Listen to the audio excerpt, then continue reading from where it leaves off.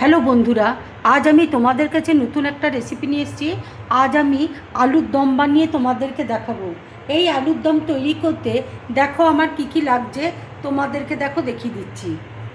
আলু দেখো এখানে সেদ্ধ করে নিয়েছি, টক দই দেখো ফেটিয়ে রেখেছি, ধনে আছে, শুকনো লঙ্কা আছে, জিরে আছে, ধনে পাতা কুচি রয়েছে, গোটা গরম মশলা রয়েছে, তেজপাতা রয়েছে।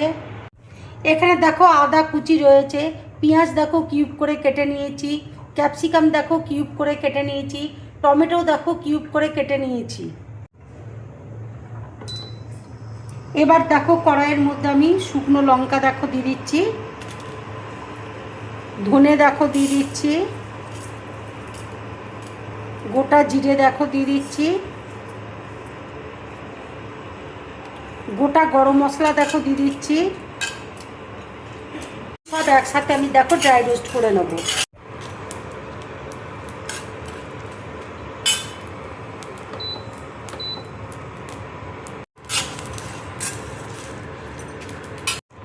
ভাজাটা দেখো হয়ে গেছে, এবার আমি নামিয়ে নেব। ঠান্ডা হলে মিক্সিতে আমি দেখো গুঁড়ো করে নেব। এবারে দেখো মিক্সিতে আমি গুঁড়ো করে নেব। কড়াইয়ে দেখো তেল দিয়েছি, এবার আমি আলুটা ভেজে নেব। তেলের মধ্যে দেখো অল্প করে আমি নুন দিয়ে দিচ্ছি, হলুদ দেখো দিয়ে দিচ্ছি। এবার দেখো আলুটা আমি দিয়ে দিচ্ছি।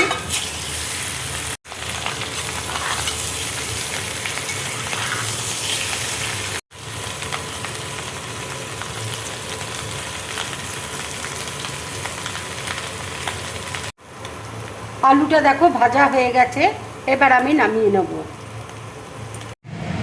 কড়াইয়ে দেখো এবার আমি মাখন দিয়ে দিচ্ছি, 1.5 চামচ দেখো মাখন দিয়ে দিলাম।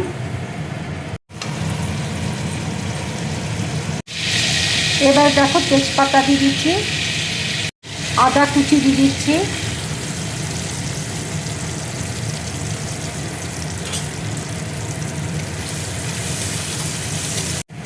পেঁয়াজটা দেখো দিয়ে দিচ্ছি,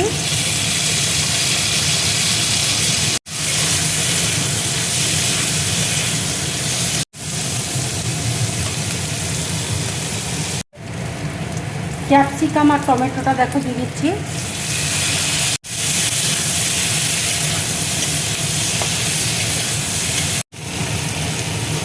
আন্দাজ মতো দেখো নুন দিয়ে দিচ্ছি।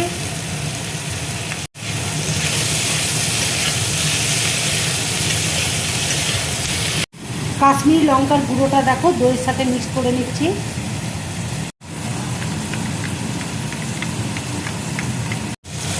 এবার দেখো হলুদ দিয়ে দিচ্ছি,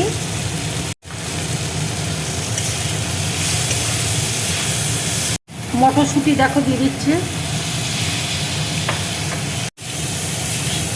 এবার দেখো দইটা দিয়ে দিচ্ছি,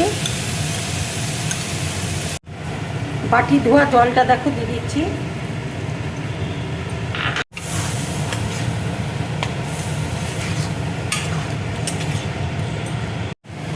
এবার দেখো আলুটা আমি দিয়ে দিচ্ছি।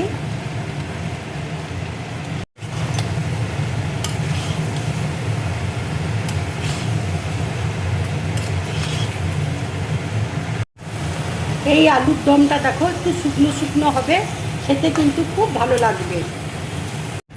অল্প করে দেখো চিনি দিয়ে দিচ্ছি।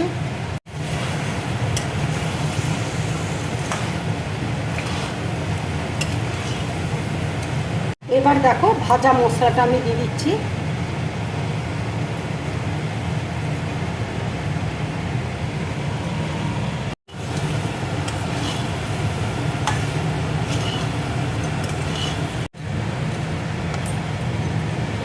কস্তুরি মেথি দেখো দিয়ে দিচ্ছি।